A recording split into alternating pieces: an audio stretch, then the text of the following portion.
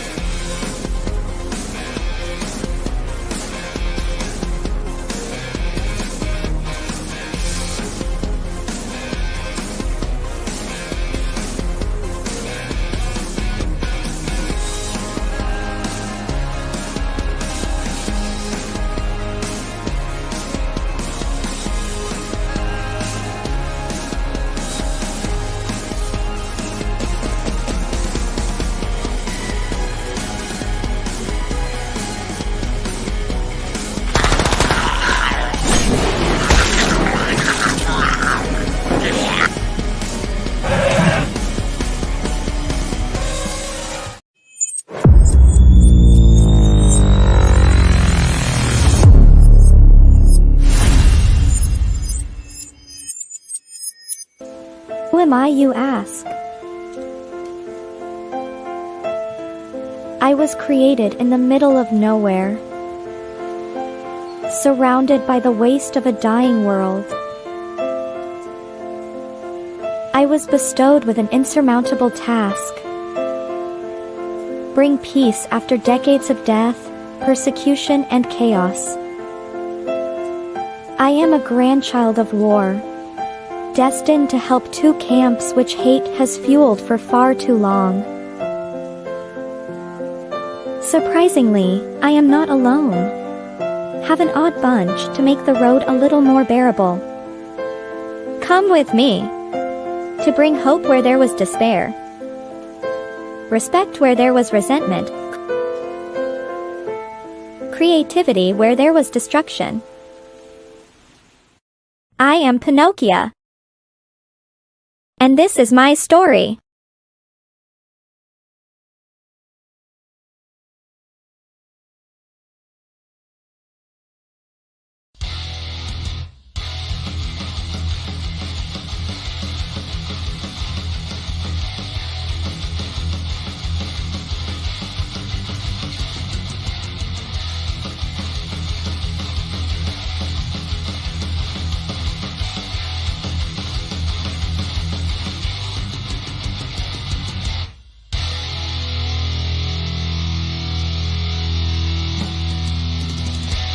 Flip City Magazine is just really pulling out all the stops, man. Your guys' production value of this magazine has gone insane. I mean, look at that. I mean, I remember when you guys, it was black and white. Even when it was black and white, I thought your quality was great. But damn, they have just, I mean, they just really stepping it up a notch. Look at this. James Corbett, boys. James Corbett. Genuinely cutting. But also funny, and obviously just chaotic and very fun. I love Flip City. It has brought new types of badassery and integrity to the print medium.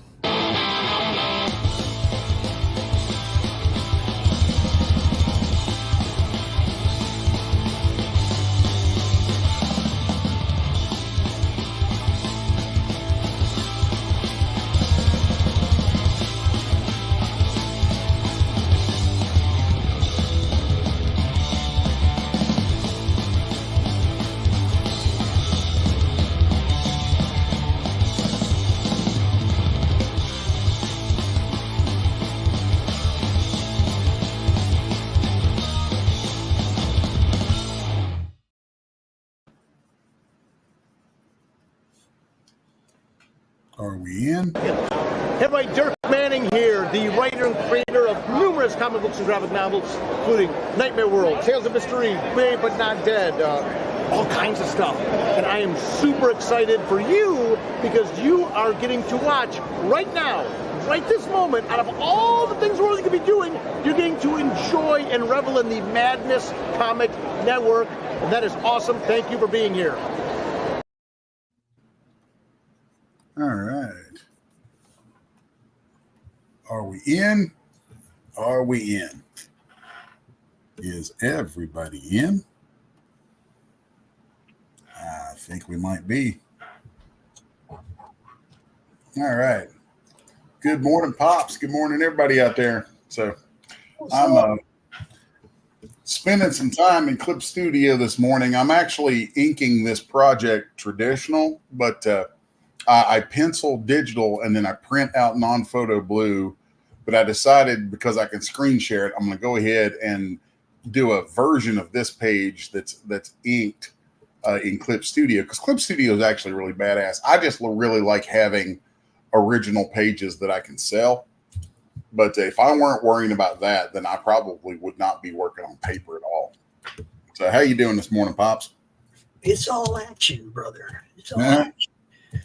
I do want to say, look, always from at least one original piece from every book you do, even if you're a full-time digital artist, at least one original piece from every book you do, if not just for yourself or your progeny or your number one fan or whatever, you know what I mean? But that one piece of art, dude, I mean, I don't know what pages from Teenage Mutant Ninja Turtles #1 go for nowadays, but I'm sure they're not cheap. No, they are not cheap. You know, no, they are not. I mean, do your splash pages original, something big. Yeah. And at least one every book, just so that you have that one thing. You never know what's gonna click with people. Well, for me, I've been doing this. I transitioned into doing this fully for a living actually in the past year since I had a stroke, which is kind of bass-ackwards. You'd think, you'd have a stroke, you'd fucking chill, but I was like, screw that. Well, screw that. I'm still here. I'm still viable. I'm gonna work my goddamn ass off. I'm gonna work 12 fucking hours a day every goddamn day since I had a fucking stroke. Fuck you. Fuck the stroke. Fuck the doctors. I'm working my ass off. This is the guy that was telling the nurse to quit moving him around when he got admitted to the hospital because he was working. I had an iPad on my lap and I was working. I looked at it. I was like, "Ma'am, excuse me. Could you try and not shake me so much?" And she's like, "Oh, what are you doing?" I was like, "I'm trying to work here. Somebody's got to pay for this shit." Oh, yeah.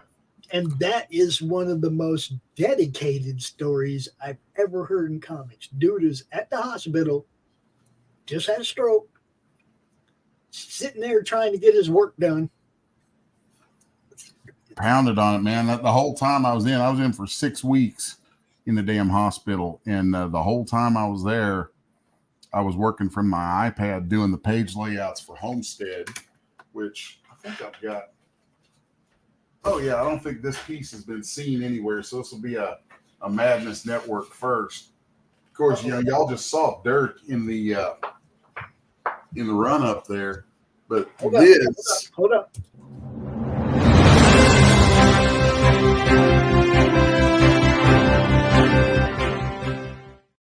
That's funny. Let me see how well this will show up on the camera. So this is the art. Come on, camera, find it. Yeah, it will. It's looking at your head right now. You got to get it in front of your head so it'll focus on the paper. I keep this stupid blur thing turned on because it's so damn messy in here, but I'll turn it off. Oh, so, yeah, the green screen. I hate it's messy as hell behind me with all the looks like music. It works, bro. That's all. It looks like it works. Here we go. Oh yeah, much better. Yeah, there it is. So yeah, this is the art to the Homestead book plate. So if we got any Homestead supporters watching, when you guys get the book plates or get your books and everything, and they'll have the book plates. This is the art that will be printed on those book plates. So Most excellent. Most excellent. yeah, I don't even remember now. After going in here and changing my stuff, I don't even remember why I was showing that. But anyway, yeah. Well, we were talking about original art. So yeah, I actually have a God. I've got so much of it, and I figured out. I mean, because I was doing the layouts to Homestead while I was in the hospital, and I was tempted to just do the whole project digital and be done with it because it's easier. Mm-hmm. It's easier. It's faster. It's production proven. I mean, there's a lot of really good reasons to say screw paper. Control Z. Yeah, being able to undo is a whole lot better than having to use whiteout. Erasers and whiteout. You can't beat Control Z. I'm just saying. Yeah, and I consider my method of working in comics a hybrid anyway, because I pencil my pages digital. I'm like, there's no reason for me to put pencil to paper. There's just not. And I can pull references. I can do all kinds of different things. And there's all kinds of drawing tools inside Clip Studio that it's just way more efficient, and I prefer it. But I really like the feel of inking traditional, and I like having those original pages. So I will, a lot of times, I will pencil my pages like this, and then print that, because I've got a really kick-ass printer that I can run illustration board through, and I will print non-photo blue on that. And sometimes this is my little cheat, because my left hand doesn't work.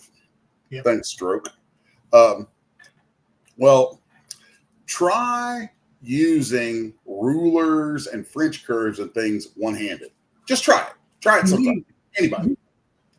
How good is your elbow at grabbing a ruler? I just want to know. Yeah, it ain't gonna freaking work. So a lot of times I will pencil my pages digital, and then I will go in and do like my borders on my panels. I'll go ahead and have those done like this when I print that page out on illustration board, so that I don't have to sit and fight with rulers and things. Because I mean, screw it. So that is a really handy thing. But for this demonstration today, I'm going to go ahead and ink a lot of this page, digitally in here, because it is such a viable tool. So what I've got here, I'm not going to get into what the story is and what the book is, because the publisher behind it doesn't want me to talk about that stuff yet and give things away. So I'm just focusing on the art. But I think a lot of folks are going to really love this book. So anyway, here I am in Clip Studio, and let's just pop out here. You'll see I've got this folder here called Inks. I'll hide that, and you'll see what the page looks like. Of course, I've got, just for vanity's sake, I have my own 6S1 comics, paper templates and all that kind of stuff, just because I think it's cool. It's like Marvel got them, DC got them, Image got them, all kinds of people got them. Like, I wanted my own years ago, so I made it. So then I have all my pencils right in here, donkey donkey. And the inks are in a folder over that's set to multiply, because multiply will let me see all that through it. And then inside there, I have these panel folders, and panel folders are something very specific to Clip Studio. And as stupid, simple a thing as it is, and you can do the same thing in Photoshop in like about 4 or 5 clicks. I prefer it here, the way it works here, where like I will grab my rectangular frame tool, set it to black, and then when I draw that and release it, it gives me a folder with a perfectly drawn border, an empty layer to draw on, and a background layer there that blots, that makes nothing else show through that. So that's really, really handy. And then it's handy for doing your page layouts, because like on this page, if I remember correctly, I probably started by drawing one big panel, and then you click on it and you go to your layer properties, and it gives context sensitive tools that you can get to. And one of those is a layer cutting tool. So if I'm correct in my recollection, I probably started out with a big panel like that, and then I sliced it. I said I sliced it. Why is it being a little bastard to me right now? You got to remember, StreamYard is a resource whore. You got to remember that. StreamYard is a resource whore, and it's going to slow down everything else on your computer. So there it goes. It's got me set to this polyline thing, which is kind of cool. So if I'm just doing straight lines, which I usually am just doing with these. So I know this is a 5-panel page. 1, 2, 3, 4, and 5. Okay, so that's a nice little quick page layout. And then I like my page layouts to be a little more dynamic. So then once I have it chopped apart into a bunch of different panels, like however many panels I need, then I will, let's do that one more time. Let's see, I want to make sure that under drawing method, I have this, let's see, I believe that's the one, divide frame folder and create empty folder. Yeah, the other one creates them all together as one thing, which has its uses, but right here is where I'm normally going to be. So then there's a frame folder. There's one. 1, 2, 3. It's 3, 4, and 5. Okay, well, let's turn all that off and that off just so I can see these here. And you see how it created each of those individual. So then that allows me to start playing around with them. So like this guy right here, I know I would want that to be kind of in the back and an inset sort of panel.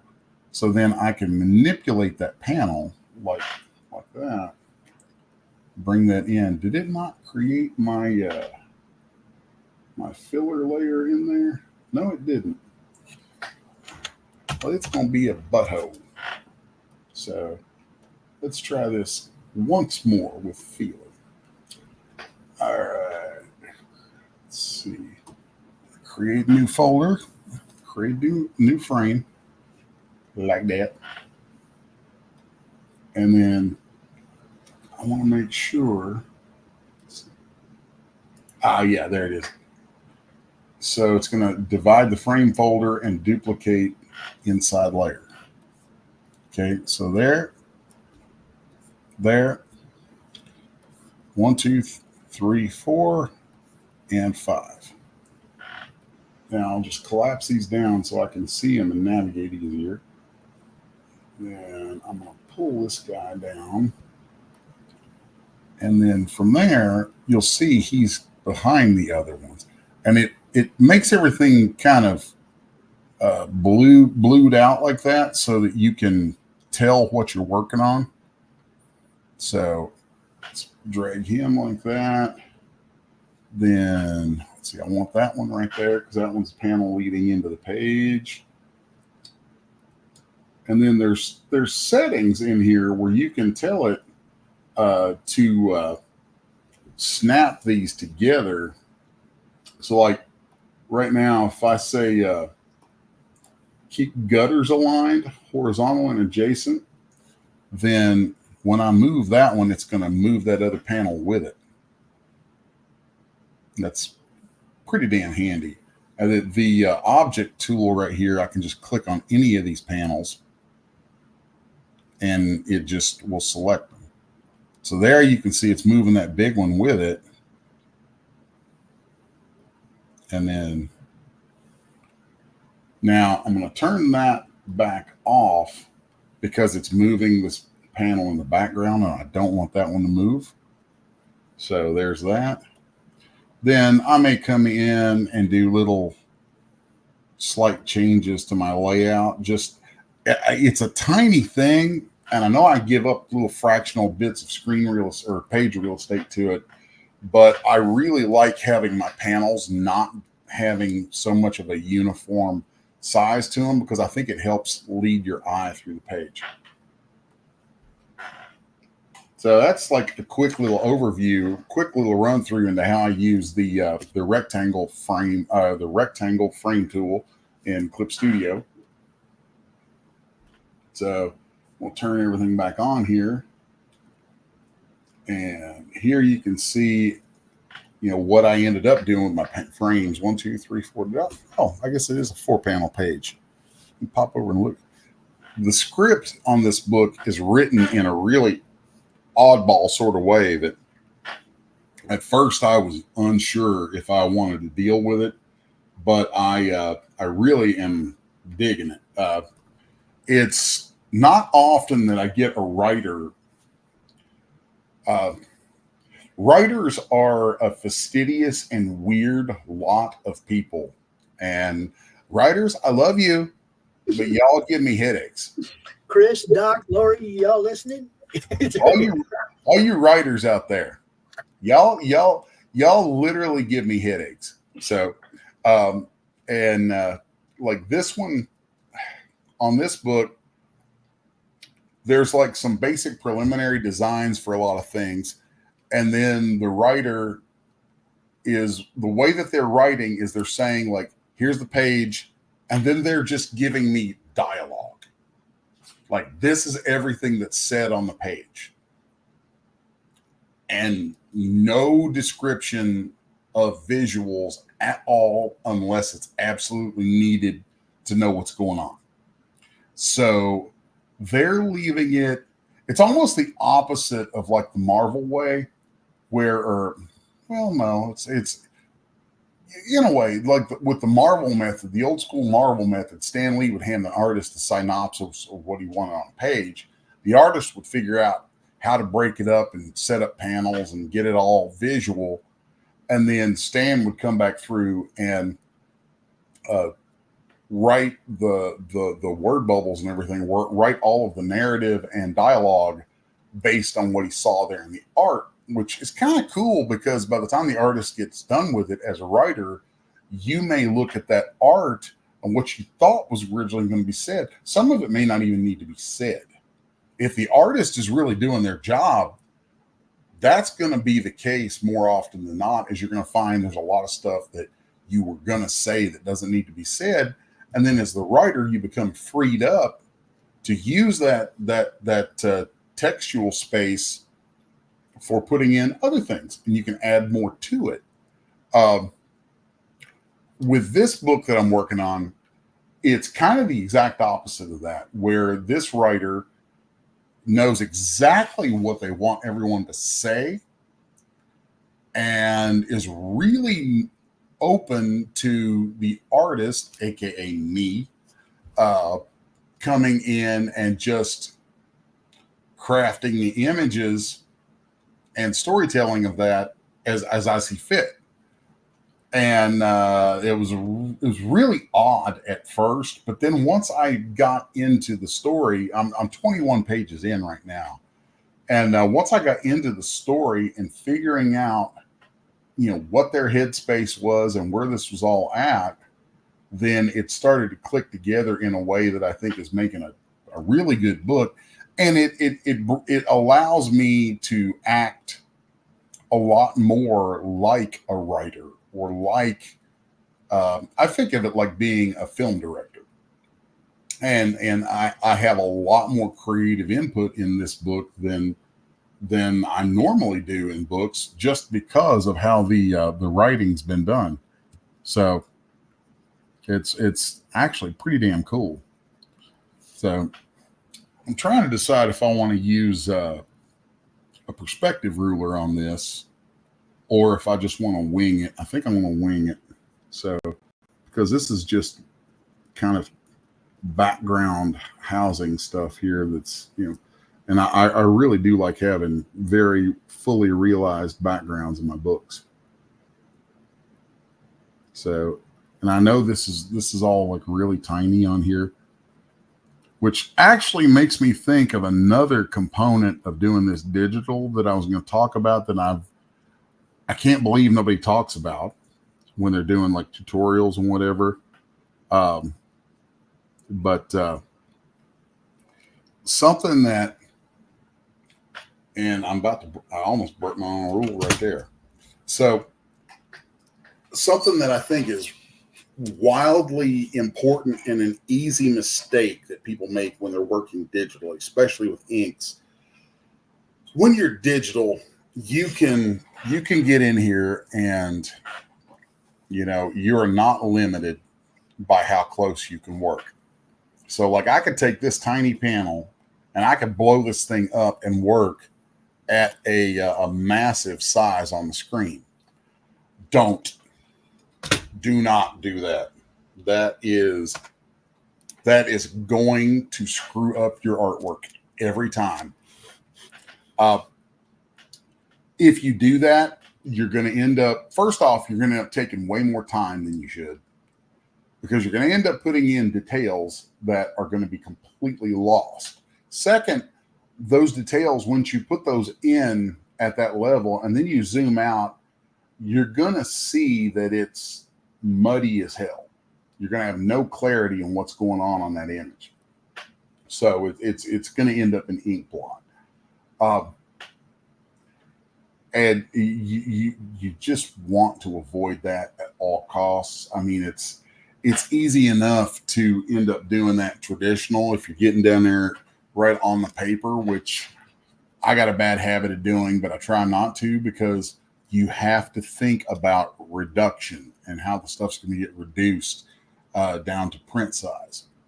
So anyway, where I was going with that, I think I accidentally made my brush too big.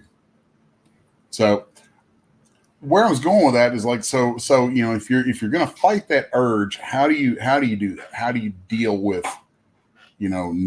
how do you discipline yourself not to zoom in and blow out your details?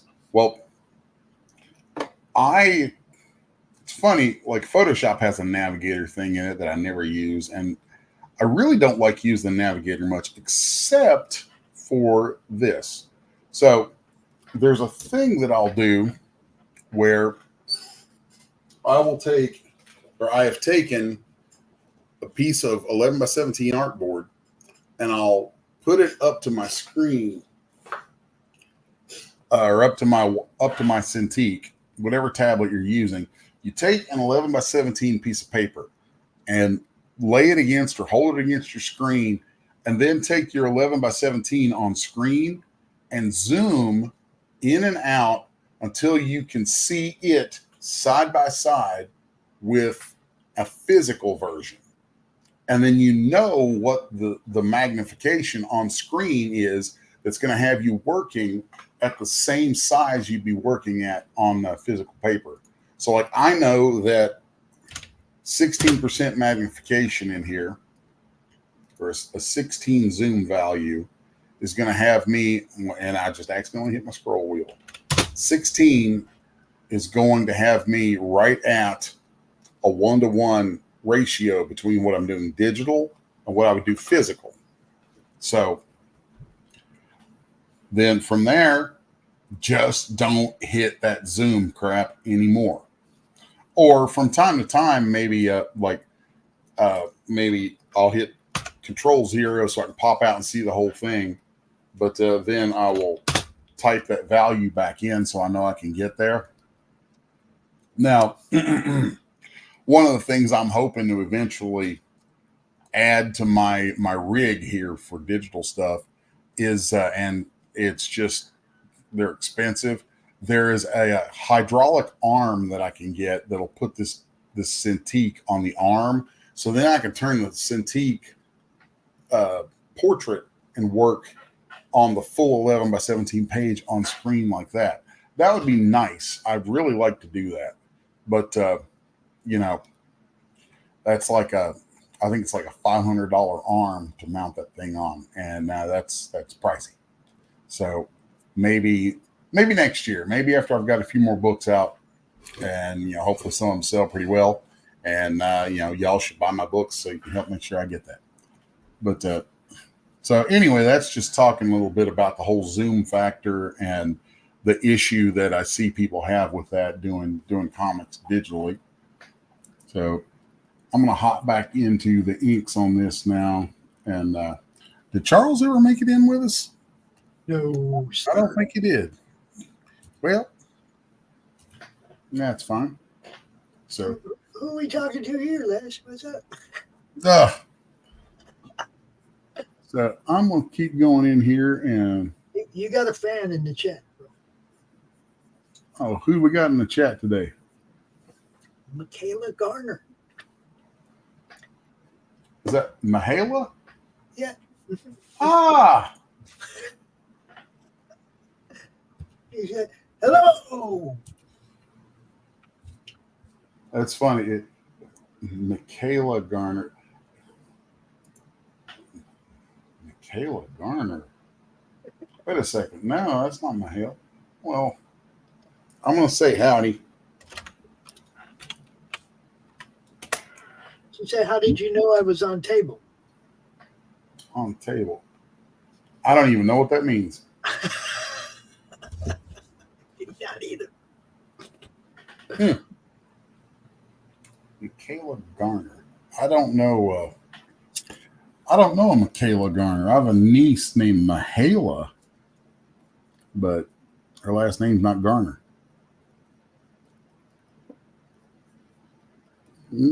Well, thanks for hanging out, coming on board the dealio here today.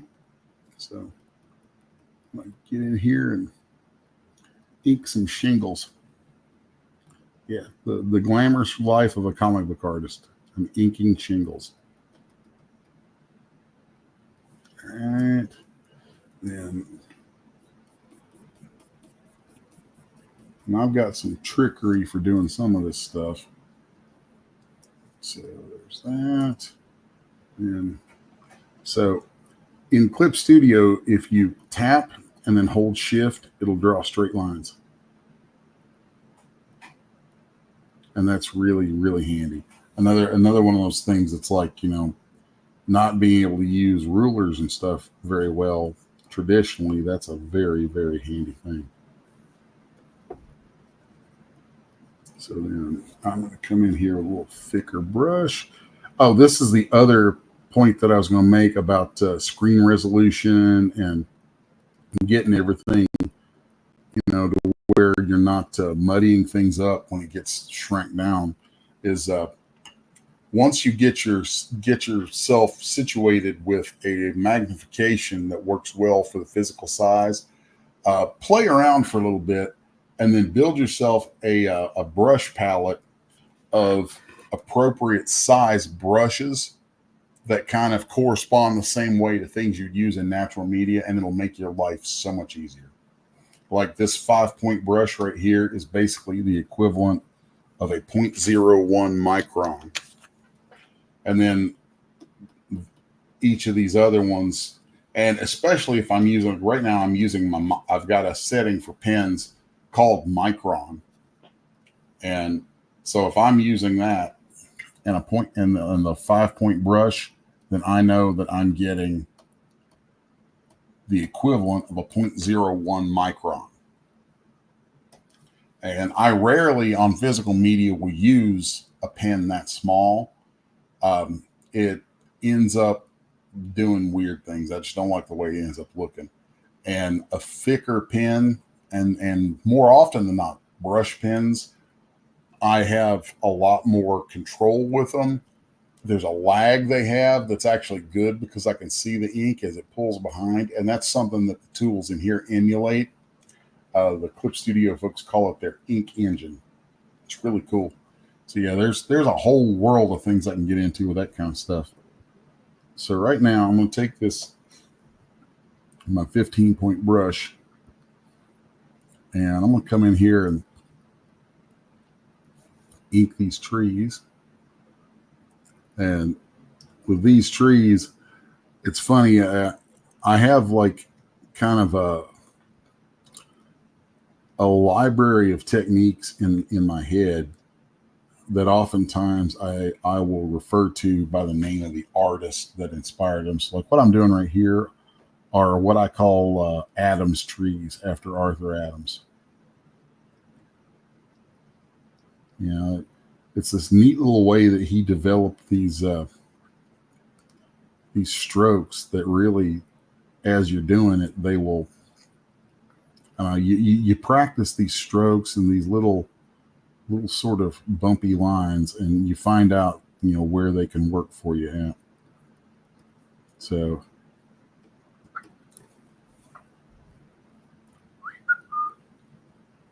I'm just going to kind of ink through some of this. And most of what I do if I'm inking digital is really analogous to what I do physically. Like right here, I would ink these trees, and you can see I'm inking kind of into some of the house right there. Now, on physical media, I would take white out and blot that back out before coming into it. Here, since I'm sipping multiply, I can select by white, and we get that effect. So, I need you to look at the screen so you can see what the people see. what are they seeing? Oh shit! Yeah, it's funny. On the stream, this is probably going to be real tiny because I'm working with it. I'm working with it like at size, like I was talking about. So then, when you go to stream it, you know, it's tiny. So like, if I wanted it to show up better on stream, I'd probably zoom in. I just wanted people to see exactly what you were doing. Oh yeah. It was so far away, we couldn't really tell what you were manipulating with that, you know. Gotcha. So I'm gonna pop back in here and doink, doink. And yeah, I make stupid noises a lot while I work. It's goofy. Yeah, I'll sit here and be like, doink, doink. I talk to myself. I talk to dogs, and people. I tell you. All right. So, and this is part of why I'm not ruling this stuff off and keeping it really, really super tight, is that the scene is after a bunch of destruction has happened. So that affords me some looseness in the way I go about that. Now, here's a neat trick. Okay. So like I did the characters on their own layer there. And now that I've got those done, I got a bad habit of flattening my layers back out so that it cuts down on my file size.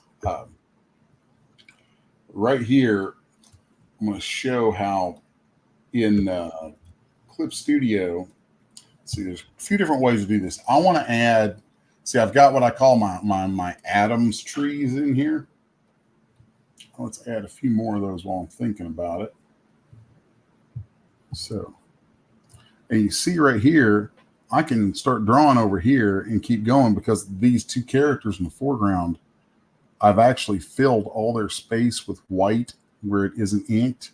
And that allows me to kind of play around behind that, which is really, really handy. Okay, so there's that.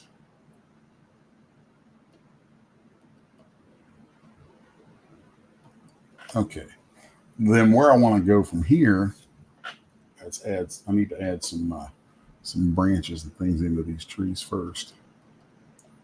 Okay, so here we go. Boom, boom, boom, boom, boom, boom. All right, that's much better, much better. Okay, now I'm going to want to do it on a different layer or not. It doesn't matter right now. I'll just do it right here. Yeah, let's do another layer. I'm going to set it to make a new layer, set it to monochrome. Now, this is one of the big benefits of working in here. So I've got the magic wand. Anybody who's played with Photoshop knows magic wand, it selects based on a range of color. I keep my tolerance set real low in here. And in Clip Studio, the magic wand will reach out and make a selection, but then it will notice gaps.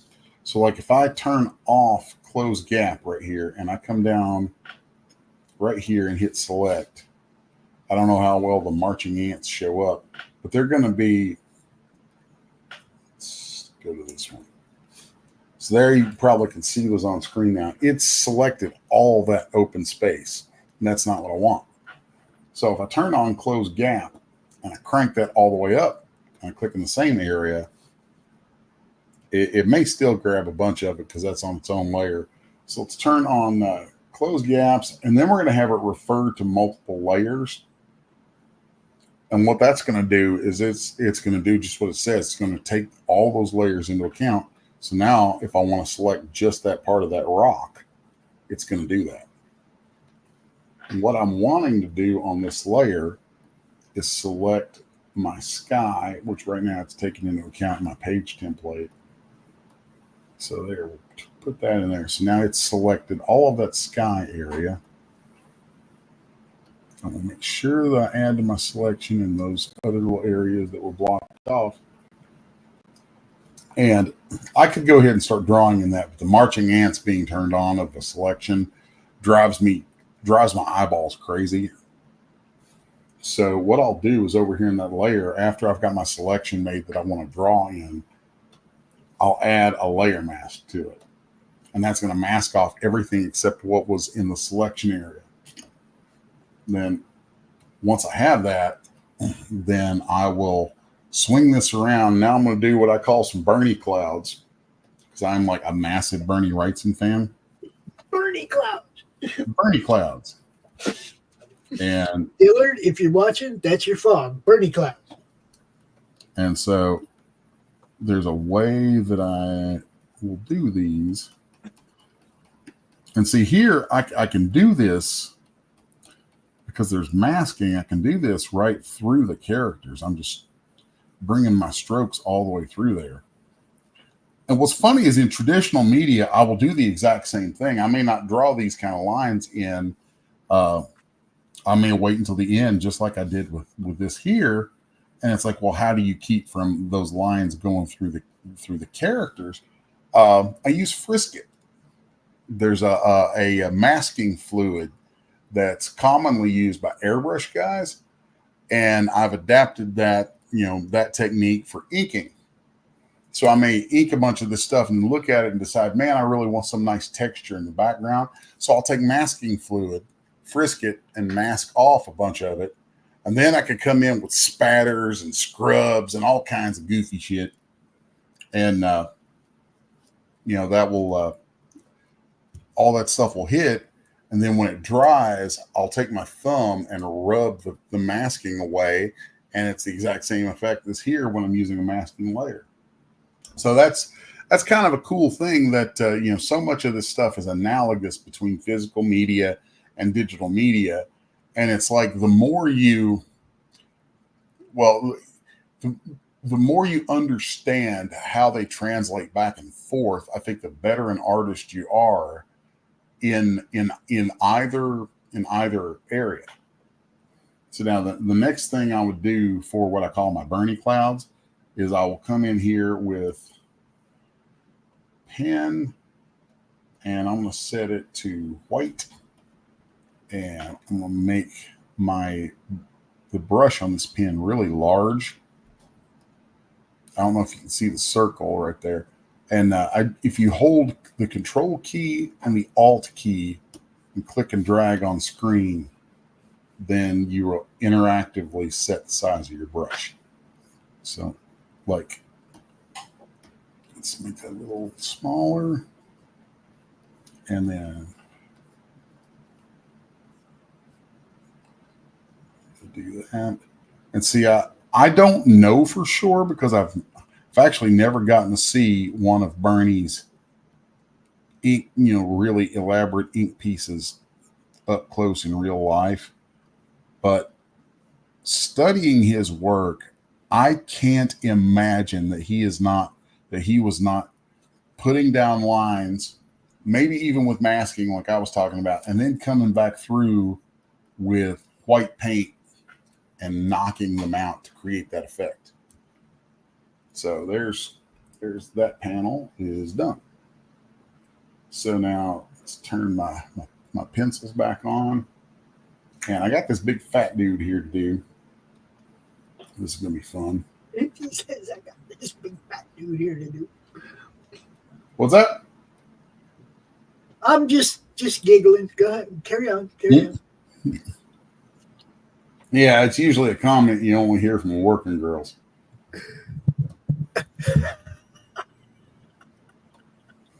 All right. I think I want to go ahead and start by working out some things about this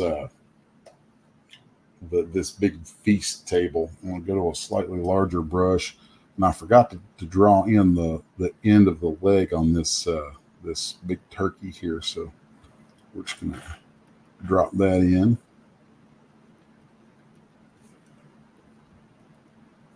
Okay. So I'm going to try to situate myself here a little better so I can get into this. And I will tend to ink like starting out with like some hold lines. I may throw some little bits and bobs in there along the way, but I'll focus mostly on developing the shape. And I think I want an even bigger brush so that it's really much more interactive with my hand. And to get all that line variation, I'm really varying the weight that I put on this brush quite a bit. So I'm just really pushing, harder or lighter on my pen to create that line variation. And that's one of the things that I think has been sorely, sorely hurt by digital art is that folks, a lot of young digital artists do not seem to grasp the importance of line weight, which I think is absolutely crucial to getting good looking pages. So, boom, boom, boom, boom. There's that. So here again, I'm keeping this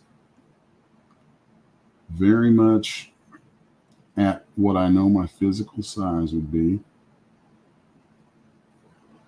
And working my way around here, really treating it as close to the physical media as I can. Okay.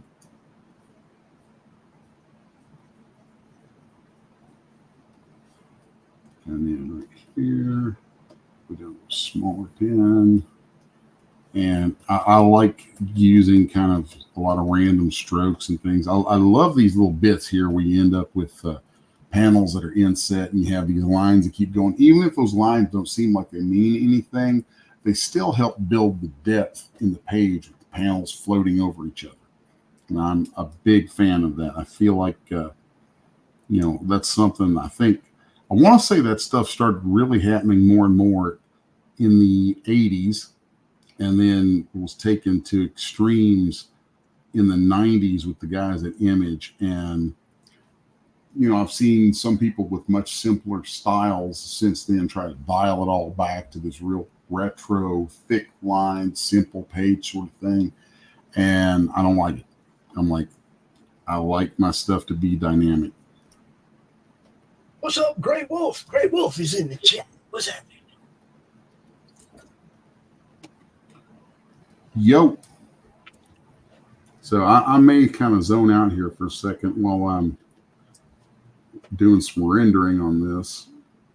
I'm drawing that feast that fat guy's about to dig into. Oh, yeah. Yeah, I mean, He's a nasty character too. That's what I was laughing at earlier. You said, I got this fat guy to draw.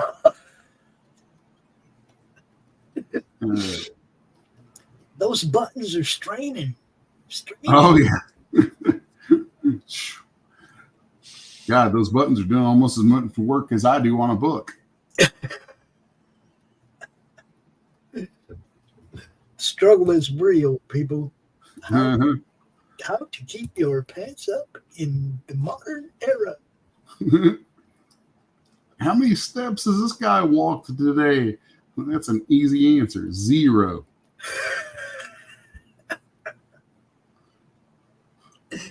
We'll say it's under 100.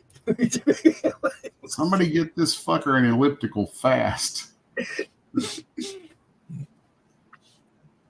Mm. Mm-mm-mm. Yeah, this is when things, even though it's just drawing in a damn turkey, this is the part of things that I really enjoy the most, is when I'm able to just get in here and start layering in lines, building the shapes and topography of things.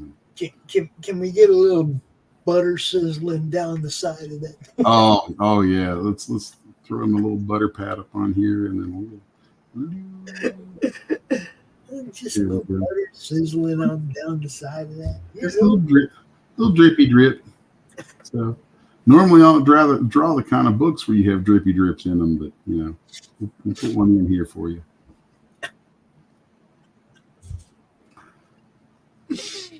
All right, here we go. This damn thing's making me hungry.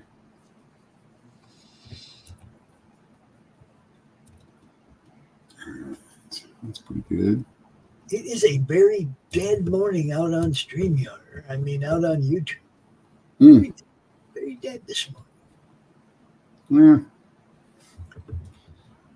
I mean, we always got people over there on Twitter at the Critical Blast watching, but I mean, I always get good numbers off of Twitter. I might have to go ahead and consider paying that $8 if we ever start making any kind of it so it pays for itself. You know what I mean? I'm terrible pretty much on all social media, but I do prefer Twitter, like just to go poke around. I feel like Twitter is a lot better now definitely better than it used to be. Well, I mean, thanks, Elon. I mean, it's still a cesspool, but yeah. Oh yeah.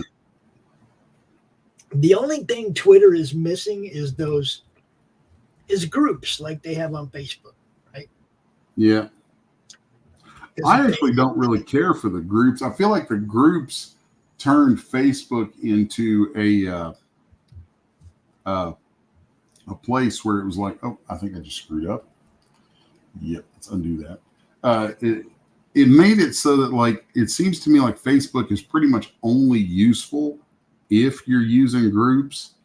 Yeah. And I'm like, dude, how many freaking groups do I have to follow? And it's like, it fractionates my attention. Well, see, here's my thing. I don't go to my Facebook feed and do much of anything. I go to Facebook, I go in my group. I check and see who's dropping links. I share them out. I get over on Twitter. I'm like, check this out, because I found it in my group, because my group is for that. It's for people to come and drop their links and to network with each other. And that's what makes it different from a lot of them groups who won't even allow you to self-promote. Okay? I've had people tell me, hey, man, you can't self-promote in my group. I'm not self-promoting. I'm promoting everybody else. If you looked at what I posted, you'd understand that. It ain't about me, Oh, yeah. But, if they're like that to me, you know they're going to be like that to you, too. And oh, yeah. That was one of the reasons my group came into being, was because there were so many people going, oh, you can't do that in this group, because I'd promote people. I'd go in a group and I'd drop somebody's link and they'd be like, you can't do that. What do you mean I can't do that? Is this comic group? You fuckers. You know? It's like- so I made my own group, and you are allowed to come and drop your links. You see what I'm saying? It's like, Oh yeah. and then I noticed that there was a lot of people on Twitter that are not on Facebook, and a lot of people on Facebook that are not on Twitter. So I do a lot of cross breeding, more or less. I'll take something from Kickstarter and I'll drop it over there on Twitter because I know they're only promoting on Facebook. They're not over here. Oh You know yeah. what I mean? So I go drop their stuff over there too, and vice versa. I see something on Twitter that I haven't seen in my group. Bring it back down here and y'all check this out. You know what I mean? I'm trying to bridge that gap between the two that has always existed, but it shouldn't exist for comic people. You guys are comic people. It shouldn't matter. Yeah. I mean, you promote wherever you can. You would think that, but I mean, for me, going back to the 90s when I first got into comics, it was like that then, pre-social media. It was, cliquish. It's always been one of my least favorite things about the whole comic book community is how. It really shouldn't be. Poke Chalker wants to know what program you're using. I am using Clip Studio Paint. Yeah. Clip Studio. This is, as far as I'm concerned, the gold standard in working digital in comics. And as you can see, he definitely knows how to do it. Yeah, Clip Studio is a big part of what's allowed me to work at post-stroke.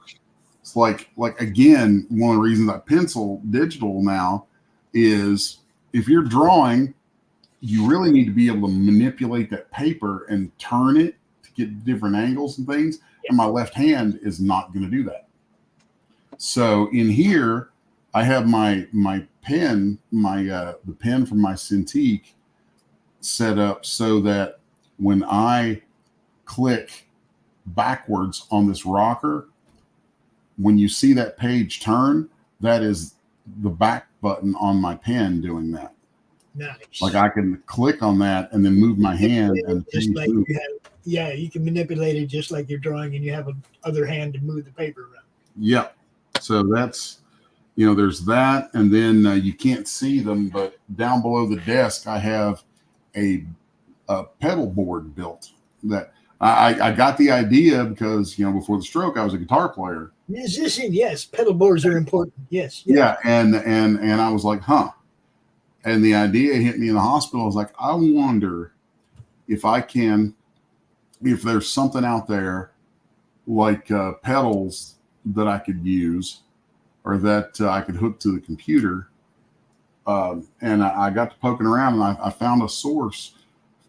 Inventors use this kind of stuff all the time. The source for these pedals, they're just switches that hook up to your computer and don't have any coding to them. So then you can code them to do what you need. And so I built a pedal board that I coded to do different key commands and different programs when I'm in them. So like when I'm telling you guys key commands like Control, Alt, Shift, Spacebar, things like that, it's actually my feet doing those. Nice. So that's been kind of a wonky, weird thing. Pope says, what's the difference between that, Krita, Procreate, Sketchable, etc.?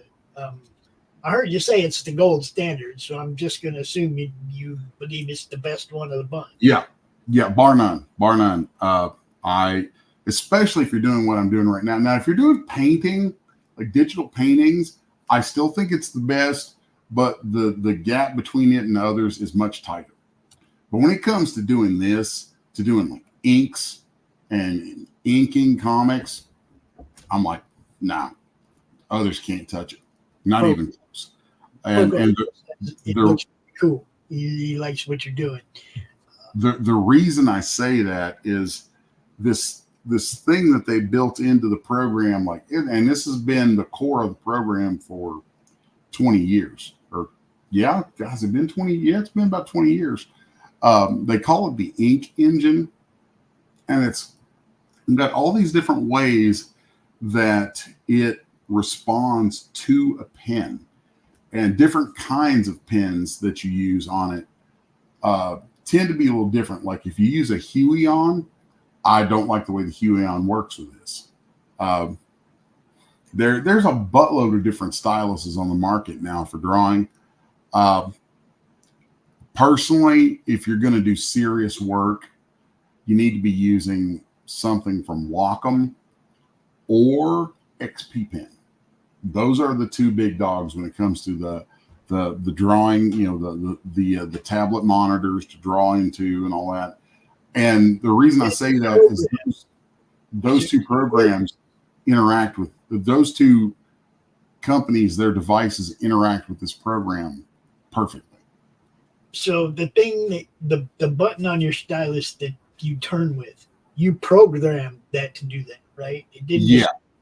See, Grey Wolf, you got to program those buttons to do what you want them to do. That's why they don't do anything, is because they're not programmed yet to do it.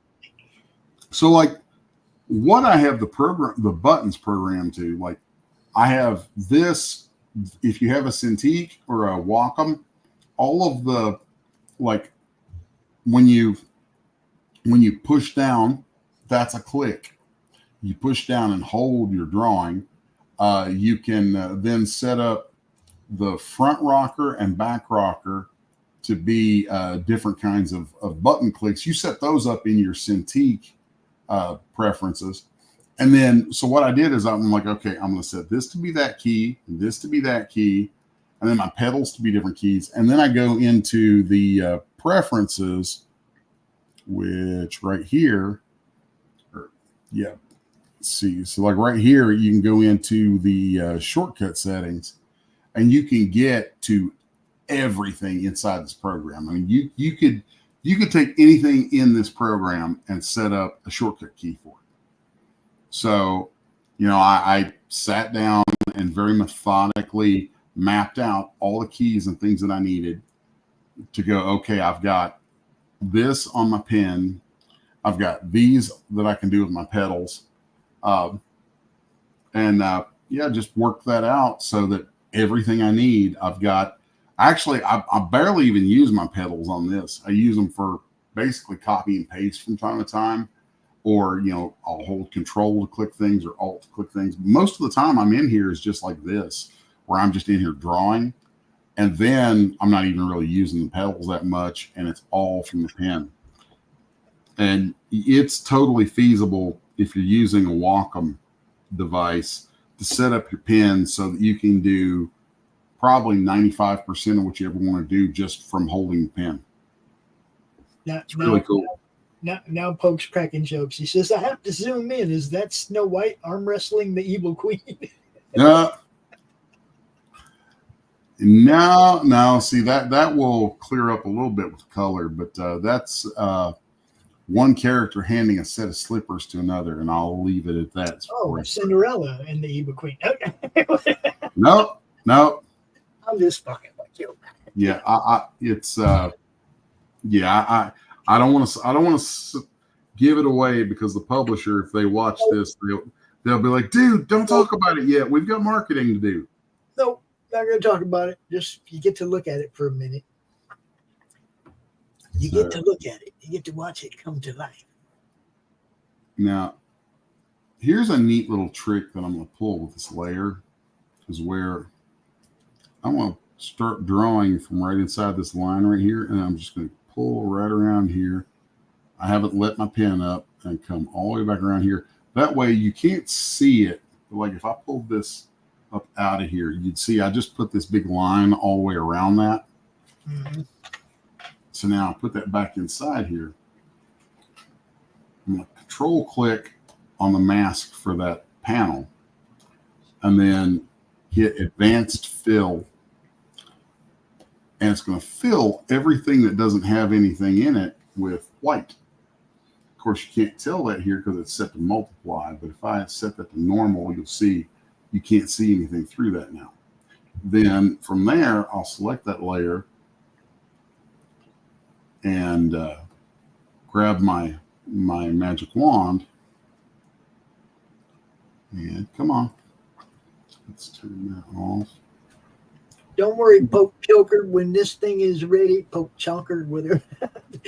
Don't worry. We will be promoting this book when it is done, when they start marketing it. You'll see it here, and then you'll get all the content that goes with it, you know. So what I've done with that is I've filled all those blank areas with white in that layer, and then I can come add a layer below it. And when I start inking on that layer,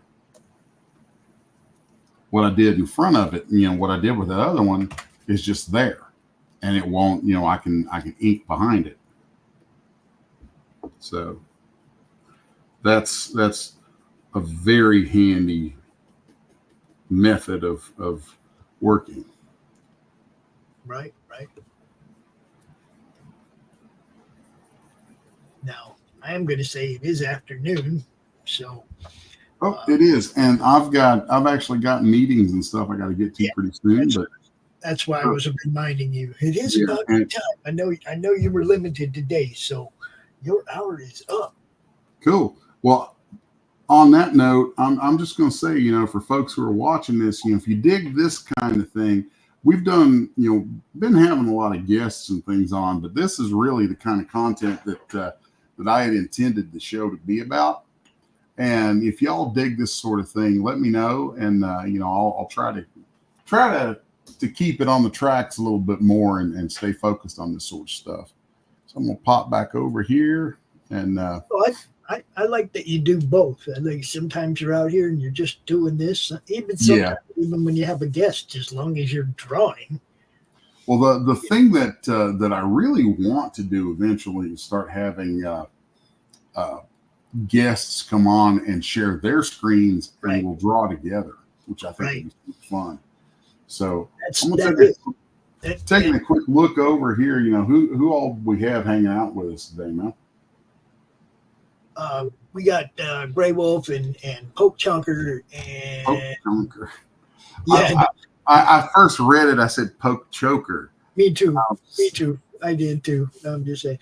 He wants to know: do you add the words, balloons, or does the letterer do that? Actually, on this book, I'm going to be doing the lettering, which is not normal. Usually, somebody else does the lettering. Well, I'm debating with myself about pulling back from doing the lettering on this because the art in this thing is crazy involved. Let me pop back over here, and I'll just open up a different page so you can see just how nuts this is. Let's go to this one. There's two different pages I'll show real quick before I have to take off. So, and then let's set that. He says Poke is in Pokemon. Poke is in Pokemon. Huh? There we go. Oh, dude, that's badass. So it was the only name that wasn't taken when he signed up for Pokemon Go. And I'm going to say something. Hopefully the publisher won't kill me for saying this, but this will tell you kind of what you're looking at a little bit. That big guy with the sword, that's a munchkin. And then let's go in over. Yeah, this is a good page to take a look at. Yeah, well, I mean, handing over the slippers was kind of. Yeah. Yeah. Oh no, you said what was it, Sleeping Beauty or no, Cinderella? Yeah, but I knew. See, I was trying to go the other way. I also said the witch. Oh yeah. So yeah, Who else you gonna give them ruby reds to? You know what I'm saying? They're not red in this one. They're in L. Frank Baum's books. They were silver. They made them red for the movie so they show up better on screen. So yeah, that's a quick look at some of this. And there is, like I said, I'm 21 pages in so far, and I'll give you a quick little glimpse. I can zoom in over here, and you can see some stuff. Just kind of zooming back through some of these things. It's a big 2-page spread right there that I love. track dirt onto my yellow brick road, will you, you hay-toothed Kansas? Shit. Oh. But yeah, there's and then that's one of the don't show that. It's a giveaway. Oh, sorry. Oop. Well, there's that. So and the covers to this are wild because they're digital paintings, and it's a 6-issue series, and the covers all connect so that they go over 3 and then the bottom 3, and they all make one giant poster size image. So I'm a nut for doing those goofy connecting covers, and I got to thinking about it. I was like, what if we connected them in a square? So that's kind of a fun thing that hopefully folks will dig it. Is there an estimated launch date for this campaign, or? I'm thinking. Let's see, God, we're in. What fucking month is this? Oh, we start in August tomorrow, bro. Okay. So July, August, September, October. I don't know. I don't even know if the publisher's going to do a Kickstarter for this. I imagine they will do something like that. And I'm thinking. I'm really thinking that this will probably get launched toward the end of the year sometime. I have no idea. I know that I work pretty quick, and they're kind of blown away with that. And he might be ahead of them. That's what he's saying. I think that I'm ahead of their plans by quite a bit. So, which is how I like to keep it. Yeah. I don't like to be behind. But anyway, so that's a quick little look. And I don't think I gave enough away that I'd get in trouble with anybody. If I do, I'll ask forgiveness later. So, but yeah, I think this is going to be. Right now, this book is. I'm every bit as excited and proud of this book as I was with Homestead, and I think in some ways this is as important a book to me as Apocalypse Girl was. So this is a big deal book for me because the source material behind this book is something I really love. Right. So on that note, y'all, I'm gonna call it a day, so I can head off to my meetings and hopefully go try and further my career. Something like that, huh? Pretty much, it's like, what are we gonna do today, brain? The same thing we do every day, Pinky. Try to take over the world. You know it, people. I'm going to first. I'm gonna give you some programming updates, and then I'm gonna play some more ads like I always do. Go. All right, folks. We'll see you back here Wednesday. So today, still more. Today we have Doc's Coffee Shop at 1:00. You don't want to miss that because Fanta's gonna be there. Phantasmagorical. It's gonna be a blast. Gonna have some fun. And we got a unboxing at 5:30 with Jesse Sosa. And then we're going to have some Still Toking at 7 o'clock, Silverline at 8 o'clock, the Baron Earls Show at 10 o'clock. It just keeps coming at you, people. What can I tell you? We're having fun. Peace out, everybody. Later, y'all. Oh, and this one ends like today or tomorrow, so go check out Phenomenova.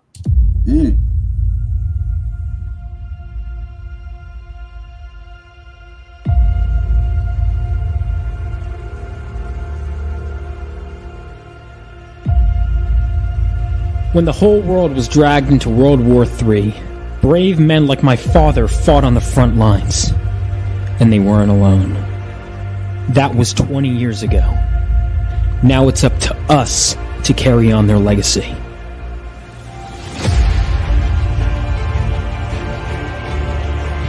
And every so often, the earth from which we come gives way for something new, something greater to be born. And with them, even greater threats to face.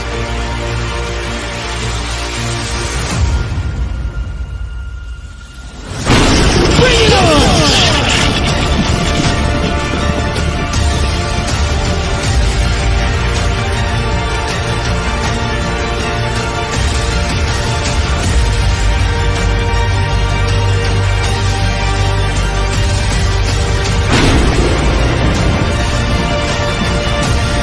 Phenomenova.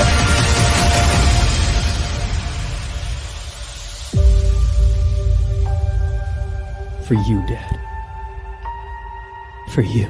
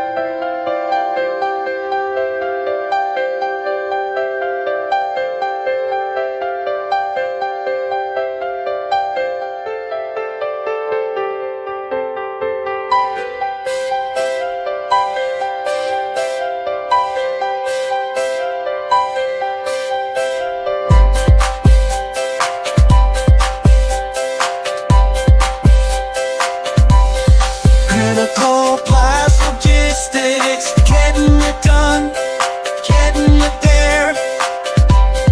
Critical blast logistics, getting it done, getting it there. How do you end this thing? How do you put the where's the brakes on this bus? I forgot. Jazz how to drive. hands. Jazz hands and